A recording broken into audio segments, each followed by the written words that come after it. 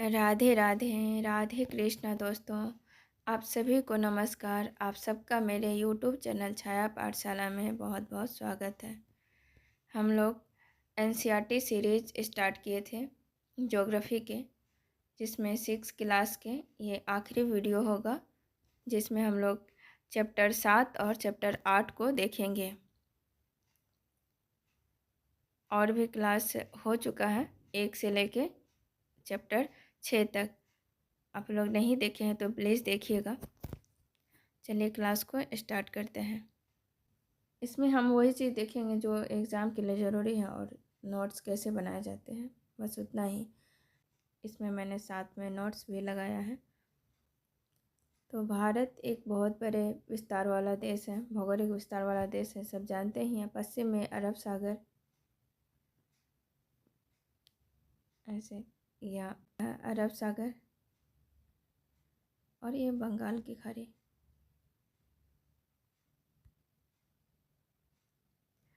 और दक्षिण में क्या है? दक्षिण में है हिंद महासागर।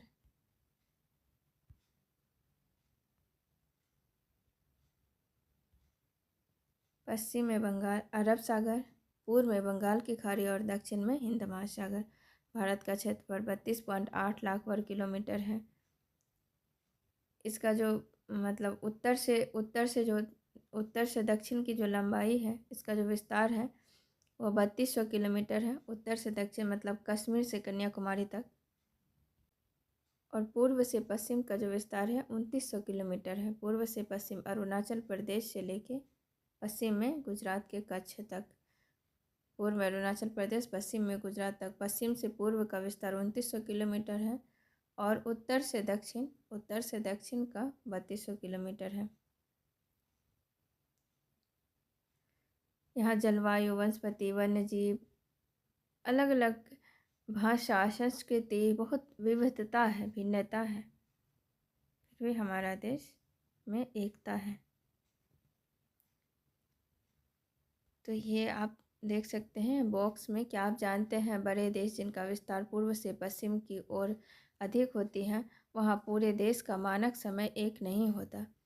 जो जिस देश का विस्तार जो मतलब हम लोग का उत्तर से दक्षिण का विस्तार कितना है? उत्तर से दक्षिण है 3200 किलोमीटर। 3200 किलोमीटर उत्तर से दक्षिण है। और यहाँ पे कह रहा है कि जिस देश का विस्तार जिसका पूर्व से पश्चिम बड़ा है, उसका एक मानक समय नहीं होता है। वहाँ पूरे देश का मानक समय एक नहीं होता, जहाँ पूर्व से पश्चिम का विस्तार अधिक होता है। जैसे संयुक्त राज्य अमेरिका में 7 और कनाडा में 6 मानक समय हैं। भारत कहाँ पे स्थित है? ये भूमध्य रेखा, ये कर्क रेखा, ये मकर रेखा। भारत जो है छोटा सा बना पाए, यहाँ पे भारत स्थित है। उत्तरी गोलार्ध में कर्क रेखा पे 23.5 डिग्री में। उत्तरी गोलार्ध कर्क रेखा पे कितना है? 23.5 डिग्री। उत्तरी अक्षांश में है भारत। और ये आप लोग जानते ही होंगे। उत्तर से दक्षिण विस्तार 84 से 3700। पूर्व से पश्चिम का विस्तार 68.7 से 97.25 पूर्वी देशांतर के बीच है। ये सब देख लीजिएगा। यहाँ प्रत्येक 1 डिग्री देशांतर के लिए स्थानीय समय में 4 मिनट का अंतर होता है। पश्चिम में गुजरात की अपेक्षा पूर्व में अरुणाचल प्रदेश में सूर्योदय 2 घंटा पहले होता है। ये सब फैक्ट है। पश्चिम की तरफ माइनस होता है, पूर्व की तरफ प्लस होता है। सूर्योदय, क्योंकि सूर्योदय 2 घंटा पहले हो जाता है पूर्व में। और 1 डिग्री देशांतर बराबर 4 मिनट का अंतर होता है। ये वाला जो मैंने शायद दूसरा या तीसरा क्लास में करवाया है। 82.5 डिग्री पूर्वी देशांतर के स्थानीय समय को भारत का मानक समय कहा जाता है। ये क्वेश्चन बहुत बार एग्जाम में पूछा है कि भारत का जो स्थानीय मानक समय क्या है? 82.5 डिग्री पूर्वी देशांतर है। और इस यामोत्तर को भारत का मानक यामोत्तर भी कहा जाता है। किसको? 82.5 डिग्री पूर्वी देशांतर को भारत का यामोत्तर मानक भी कहा जाता है।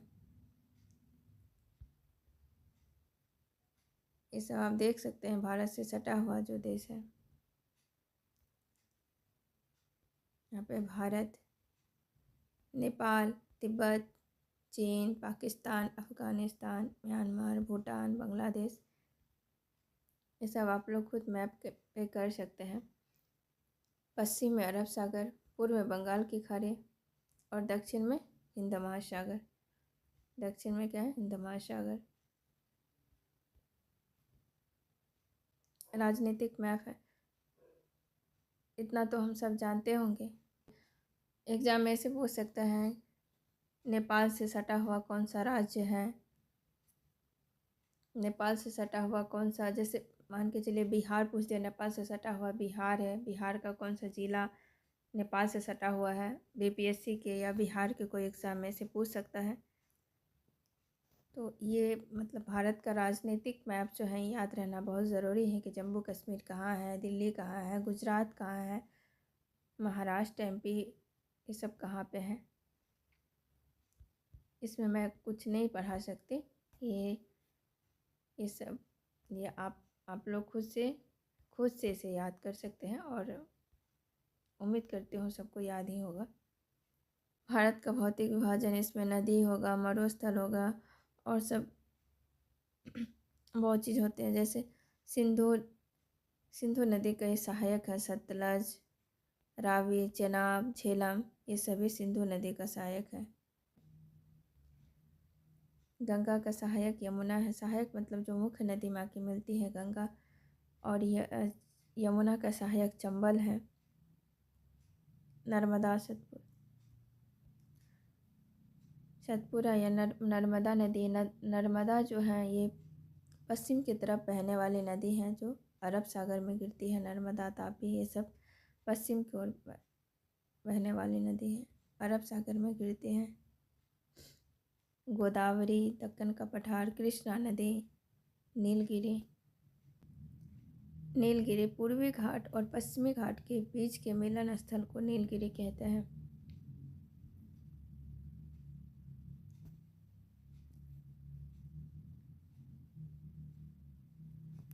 बॉक्स में दिया हुआ जलोढ़ निक्षेपण किसे कहते हैं? नदियों के द्वारा लाई गई महीन मिट्टी होती है जो नदी बेसिन में निक्षेपित कर दी जाती है। सहायक नदी क्या होता है? जो नदी या सरिता होती हैं, ये मुख्य नदी में आकर जो मिल जाती है दूसरी तरफ से, उसे सहायक नदी कहते हैं। भारत का भौतिक विभाजन, इसमें हिमालय है, मैदान है, मरुस्थल है, पठार है, ये सभी मैदान है, पठार, हिमालय, ये सभी क्या है? भारत का भौतिक विभाजन। से हिमालय में सबसे वृहद हिमालय या महान हिमालय, उसके बाद मध्य हिमालय या वृहद हिमालय या हिमाद्री हिमालय, या इसे महान हिमालय भी कहते हैं वृहद हिमालय को। और दूसरे नंबर पे आता है मध्य हिमालय या हिमाचल। तीसरे नंबर पे आता है शिवालिक जो सबसे दक्षिण में स्थित है। और फिर इसके बाद इसके दक्षिण में क्या हो जाता है? और हिमालय के दक्षिण मतलब शिवालिक के दक्षिण में मैदान की स्थिति हो जाती है। फिर नदी घाटी, भारत का उत्तरी मैदान स्थित हो जाता है।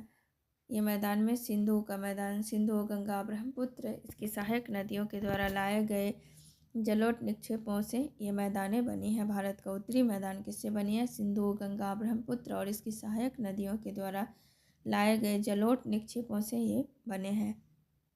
भारत के पश्चिमी भाग महामरुस्थल स्थित है। ये उत्तरी मैदान के दक्षिण में प्रायद्वीपीय पठार स्थित है। उत्तरी मैदान के दक्षिण में प्रायद्वीपीय पठार स्थित। प्रायद्वीप की आकृति त्रिभुजाकार होती है। ये ना प्रायद्वीप पठार त्रिभुजाकार आकृति। इसका धरातल काफ़ी ऊंचा नीचा है। इस क्षेत्र में बहुत सी पहाड़ीय श्रृंखला घाटियाँ स्थित है। विंध्य अरावली श्रृंखला स्थित है इसके उत्तर पश्चिम में। और ये अरावली जो है विश्व का सबसे पुरानी श्रृंखला है, पुरानी पर्वत श्रृंखला है। विंध्यन और सतपुड़ा भी महत्वपूर्ण श्रृंखलाओं में से एक है। पश्चिमी घाट के पश्चिम में तथा पूर्वी घाट के पूर्व में तटीय मैदान स्थित है। तटीय मैदान पश्चिमी घाट के पश्चिम में और पूर्वी घाट के पूर्व में तटीय मैदान स्थित है। क्या आप जानते हैं प्रवाल छोटे होते हैं? प्रवाल छोटे समुद्री जंतुओं के कंकाल को, जिसे पोलिप कहते हैं। प्रवाल या पोलिप क्या होते हैं? छोटे समुद्री जंतुओं के कंकाल होते हैं। पूर्व की तरफ बहने वाली बहुत सारी नदियां हैं। महानदी, गोदावरी, कृष्णा, कावेरी, ये सारी नदियां कहाँ? बंगाल की खाड़ी में गिरती हैं। और नर्मदा और तापी नदी कहाँ गिरती हैं? वो पश्चिम की तरफ बहने वाली नदी है जो अरब सागर में गिरती है।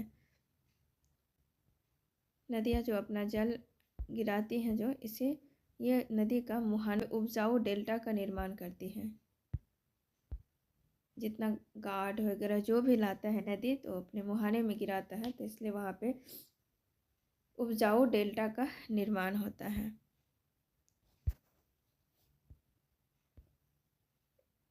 बंगाल की खाड़ी में गंगा एवं ब्रह्मपुत्र नदियों के मुहाने पर सुंदरवन डेल्टा स्थित है।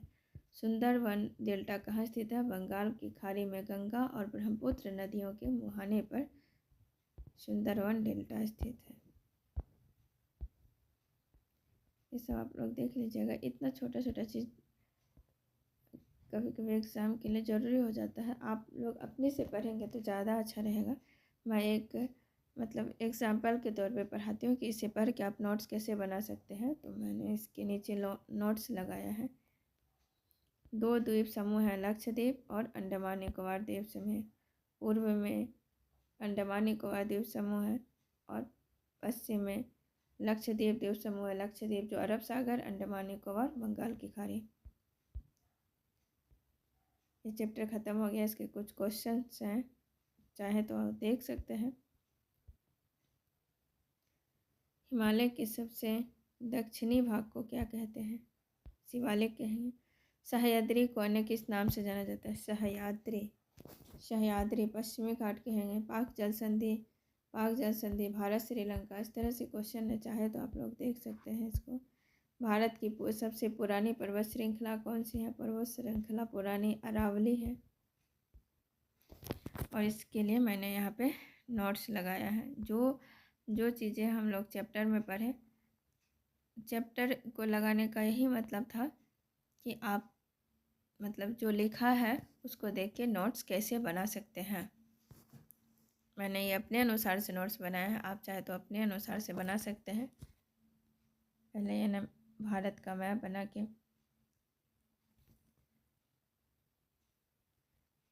अभी हम लोग देखे थे ना, उत्तर से दक्षिण 3200 किलोमीटर, पूर्व से पश्चिम 2900 किलोमीटर, कच्छ से अरुणाचल प्रदेश तक 2900 किलोमीटर और जम्मू कश्मीर से कन्याकुमारी तक 3200 किलोमीटर। क्षेत्रफल कितना है भारत का? 32 पॉइंट। इस तरह से आप नोट्स बना सकते हैं, यही मैंने यहाँ पे बताने का प्रयास किया है। क्षेत्रफल 32.8 लाख वर्ग किलोमीटर। उत्तर में ये कहाँ तक स्थित है? उत्तर में कश्मीर से लेकर दक्षिण में कन्याकुमारी तक 3200 किलोमीटर है। यहाँ तक 3200 किलोमीटर है। और ये 37.6 नॉर्थ से 84 नॉर्थ, 68.7 पूर्व से 97.25 पूर्व। यहाँ पे एक इम्पोर्टेंट है, पूर्व पश्चिम विस्तार अधिक होने से वहाँ पूरे देश का मानक समय एक नहीं होता। संयुक्त राज्य अमेरिका में 7, कनाडा में 6 मानक समय है। अभी हम लोगों ने देखा था कि जिस भी देश का, जिस भी क्षेत्र का पूर्व से पश्चिम विस्तार अधिक होगा वहाँ पे एक मानक समय नहीं हो सकता है। और संयुक्त राज्य अमेरिका ऐसा देश है जिसका पूर्व से पश्चिम विस्तार अधिक है उत्तर से दक्षिण की अपेक्षा, इसलिए यहाँ पे 7 मानक समय रेखा है और कनाडा में 6 मानक समय है। और सबसे इम्पोर्टेंट ये है कि आप ये क्वेश्चन पूछ दिया जाता है, बहुत बार पूछा है कि कर्क रेखा से कौन से राज्य गुजरते हैं।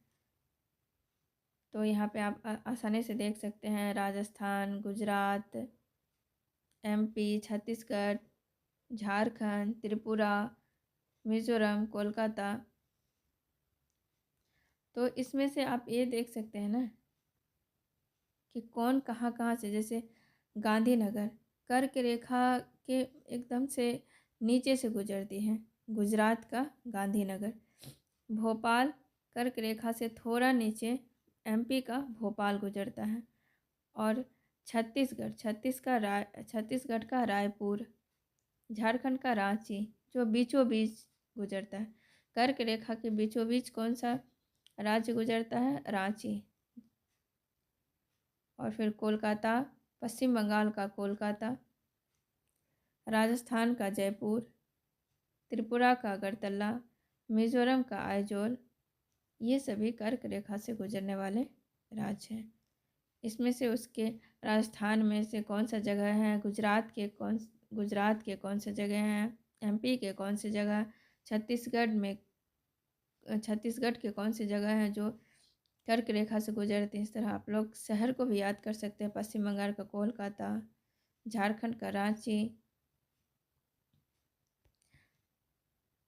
इस तरह से नोट्स बनाया जाता है ना। नोट्स बनाने का मतलब ही यही है कि हम एग्ज़ाम के समय इसको अच्छे से रिवीजन कर सकें। ये तो हम लोग सब पढ़ते हैं, लेकिन यहाँ पे नोट्स के रूप में यहाँ पे बनाया गया है कि ताकि इसे अच्छे से एग्ज़ाम के समय बस दृष्टि जाए कि इसे याद हो जाए। इस तरह से नोट्स बनाना चाहिए। मैं प्रयास की हूँ कि आप लोग को अच्छा लगे तो आप लोग यही नोट्स बना सकते हैं अपने लिए, नहीं तो एक आइडिया ले सकते हैं। प्रायद्वीप वह स्थल जिसका तीनों ओर पानी से घिरा होता है। जलोढ़ निक्षेप किसको कहते हैं? नदियों द्वारा लाई गई महीन मिट्टी होती है। सहायक नदियाँ जो मुख्य नदी में आके मिल जाती हैं। इस तरह से एक मुख्य नदी है, इसमें से सहायक नदी आके इधर से दाएं से बाएं मिल रही है। भारत का भौतिक विभाजन में उत्तरी पर्वत श्रृंखला हिमालय है। उत्तरी पर्वत श्रृंखला में हिमालय में कौन सा? महान हिमालय या बृहद हिमालय या हिमाद्री हिमालय कहते हैं। दूसरा मध्य हिमालय या हिमाचल हिमालय। तीसरा शिवालिक हिमालय। फिर उत्तरी मैदान में सिंधु, गंगा, ब्रह्मपुत्र, तटीय मैदान, भारतीय महामरुस्थल, पूर्वी तथा पश्चिमी घाट, द्वीप। 7 नंबर में पठार, प्रायद्वीपीय पठार कौन से? दक्षिणी पठार जो प्रायद्वीपीय पठार है, त्रिभुजाकार होता है। यहाँ पे अभी हम लोग देखे थे बॉक्स में बना हुआ था प्रवाल के बारे में। प्रवाल या पोलिप किसे कहते हैं? छोटे समुद्री जंतुओं के कंकाल को प्रवाल या पोलिप कहते हैं। गंगा, ब्रह्मपुत्र नदियाँ विश्व में सबसे बड़े डेल्टा का निर्माण करती हैं। विश्व में सबसे बड़े डेल्टा का निर्माण कौन करती है? गंगा और ब्रह्मपुत्र नदियाँ। डेल्टा वह स्थल है, डेल्टा किसको कहेंगे? डेल्टा वह भाग है, वह स्थान है जहाँ नदी के मुहाने पर बनता है।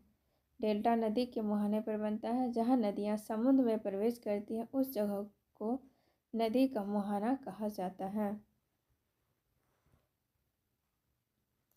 अब चैप्टर 8 को देखेंगे हम लोग। ये चैप्टर 8 है।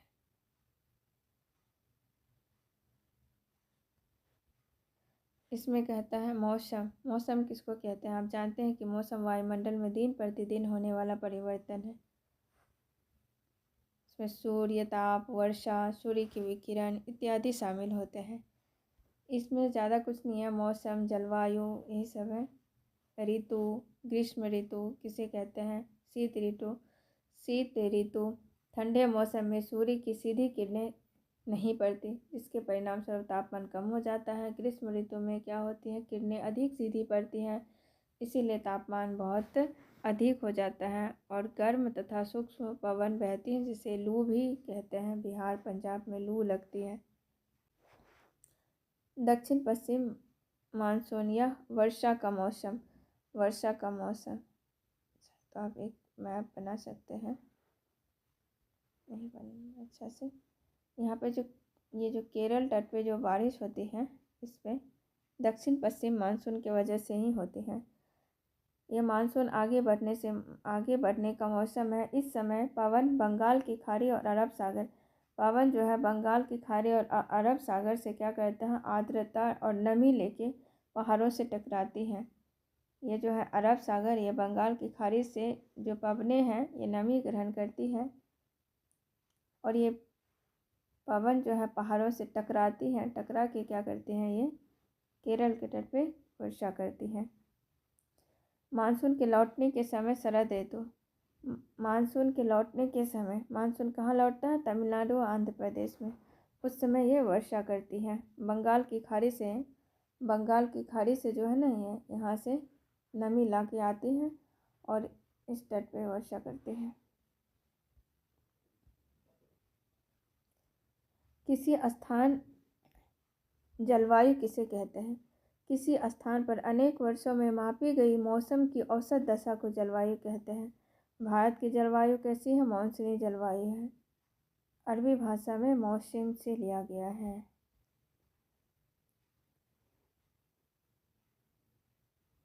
किसी स्थान की जलवायु जो है उसकी स्थिति, ऊंचाई और समुद्र से दूरी पर निर्भर करता है।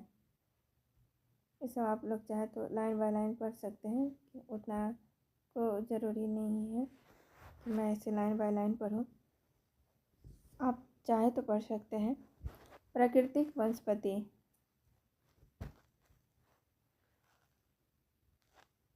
प्राकृतिक वनस्पति घास, झाड़ियाँ, पौधे बिना मनुष्य की सहायता के उपजते हैं, उन्हें प्राकृतिक वनस्पति कहते हैं। जो बिना मनुष्य की सहायता से उपजते हैं, जैसे घास, झाड़ी, पौधे, ये सब बिना मनुष्य की सहायता से उपजते हैं, इसे प्राकृतिक वनस्पति कहते हैं।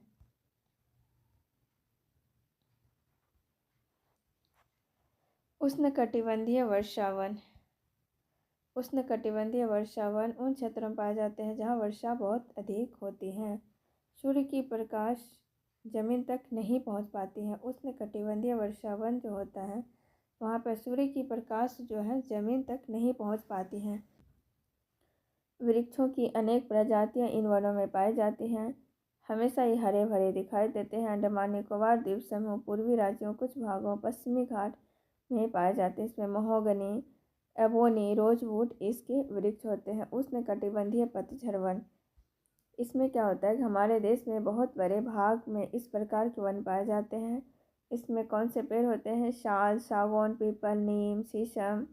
और ये स्थिति इसके कहाँ होती है? मध्य प्रदेश, बिहार, उत्तर प्रदेश, छत्तीसगढ़, ओडिशा, महाराष्ट्र, इस सब जगह में उष्णकटिबंधीय पतझड़ वन पाए जाते हैं। और कटीली झाड़ियाँ क्या होती हैं? वनस्पति देश के सूक्ष्म भागों में पाई जाती हैं। कैक्टस, खैर, बबूल, कीकर इत्यादि। ये कहाँ पे पाए जाते हैं? हरियाणा, पंजाब, राजस्थान, पश्चिमी घाट के पूर्वी ढाल और गुजरात में पाए जाते हैं। कौन से वन? कटीली झाड़ियाँ पाई जाती हैं। अब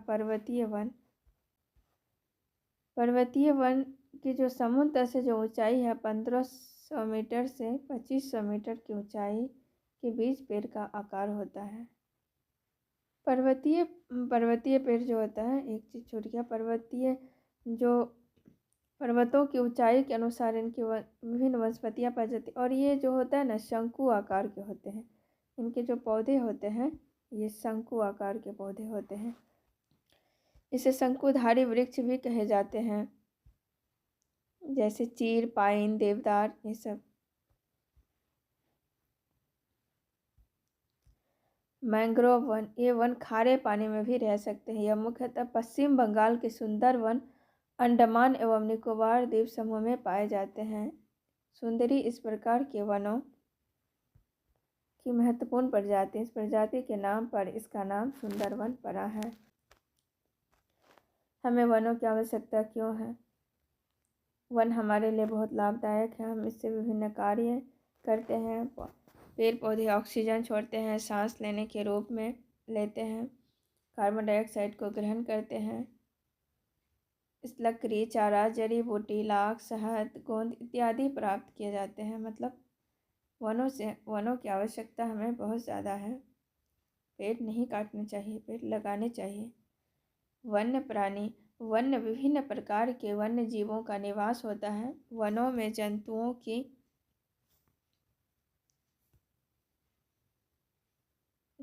की हाजिरी, प्रजातियां तथा बड़े विभिन्न प्रकार के सरीसृपों, उभयचरों, विभिन्न प्रकार के वन्य जीवों का निवास होता है।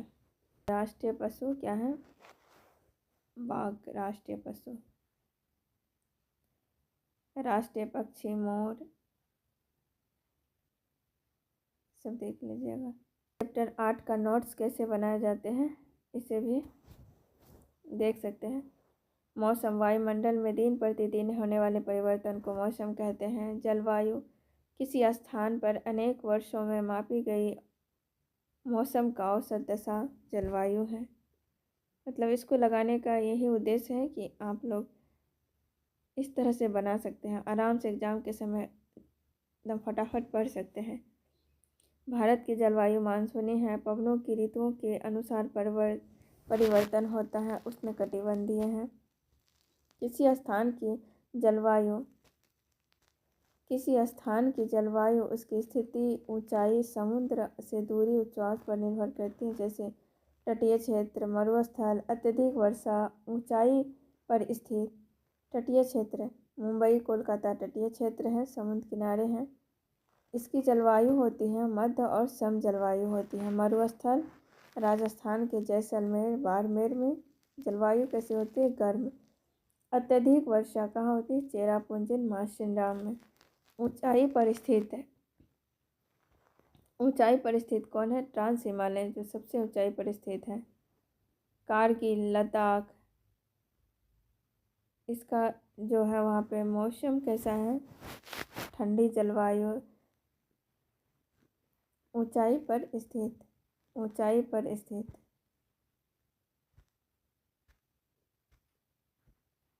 ऊंचाई पर स्थित ट्रांस हिमालय, कारगिल, लद्दाख, ये सब बहुत ऊंचाई पर स्थित है। वहाँ की जलवायु कैसी है? वहाँ की जलवायु बहुत ठंडी।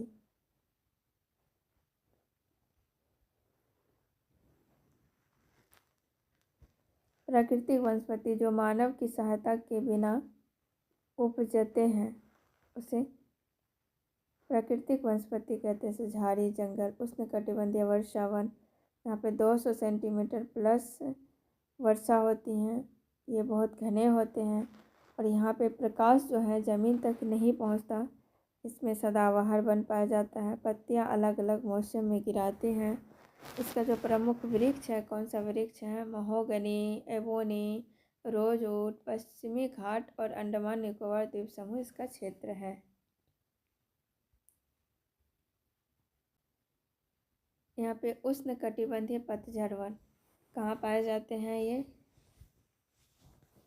ये पाए जाते हैं MP, UP, बिहार, झारखंड, छत्तीसगढ़, ओडिशा, महाराष्ट्र में पाए जाते हैं। और ये कैसे वन है? मानसूनी वन है।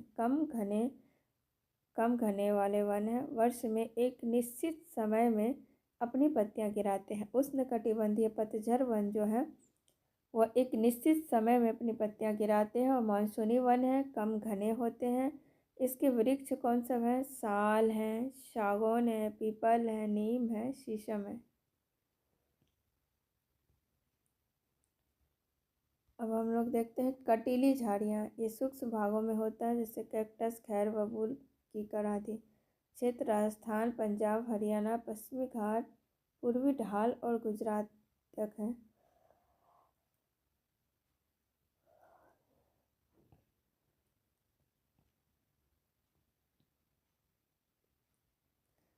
पर्वतीय वनस्पति समुद्र से 1500 मीटर से 2500 मीटर ऊंचा होता है। पर्वतीय वनस्पति, और इसमें चीर, पाइन, देवदार ये सब के पेड़ लगाए जाते हैं। ये शंकुधारी वृक्ष होते हैं। कौन से पर्वतीय वन शंकुधारी होते हैं? मैंग्रोव वन क्या होते हैं? खारे पानी में भी रह सकते हैं। पश्चिम बंगाल के सुंदर वन तथा अंडमान एवं निकोबार द्वीप समूह में पाए जाते हैं। मैंग्रोव वन कहाँ पाए जाते हैं? सुंदरवन तथा अंडमान निकोबार द्वीप समूह मतलब अरब सागर और अंडमान निकोबार द्वीप समूह में पाए जाते हैं। वन्य प्राणी प्रतिवर्ष अक्टूबर का पहला सप्ताह वन्य जीव सहायता के लिए मनाया जाता है। प्रवासी पक्षी pelican, Siberian crane, stork, flamingo, pintail बतख आदि।